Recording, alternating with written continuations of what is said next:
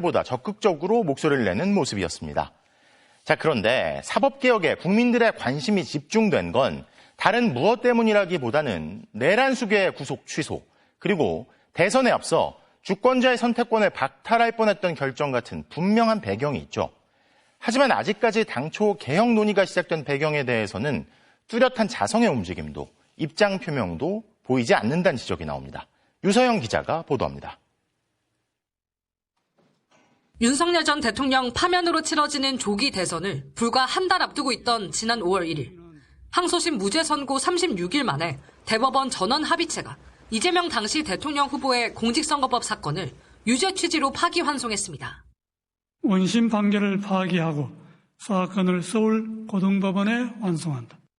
유력 대선 후보의 피선거권을 박탈할 수도 있는 사건에 이례적인 속도전이 이뤄지면서 사법부가 선거에 개입하려는 것 아니냐는 비판이 거세졌고, 대법관 추천 방식을 바꾸고 대법관의 수도 늘려야 한다는 사법개혁 논의에 국민적 관심이 쏠렸습니다.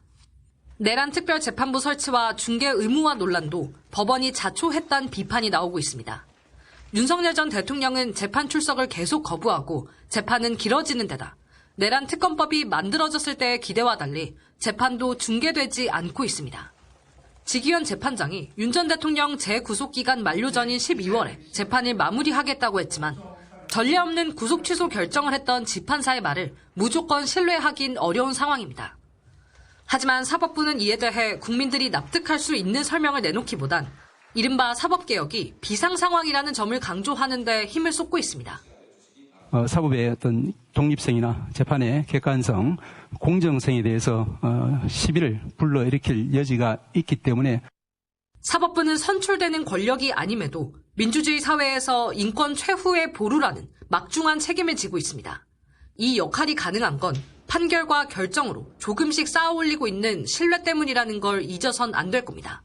MBC 뉴스 유서영입니다.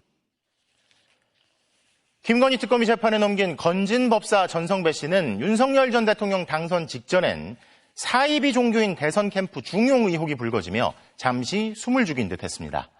하지만 2022년 대선이 끝나자마자 윤석열 김건희 부부 그리고 윤 핵관들과의 친분을 과시하며 노골적으로 부당한 이익을 챙긴 정황들이 드러나는데요. 특검이 어떤 혐의들을 공소장에 적시했는지 구민지 기자가 보도합니다.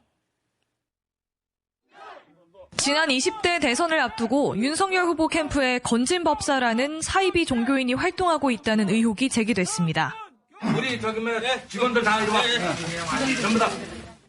국민의힘이 윤 후보와 별 사이가 아니라는 취지로 진화에 나섰지만 윤석열 전 대통령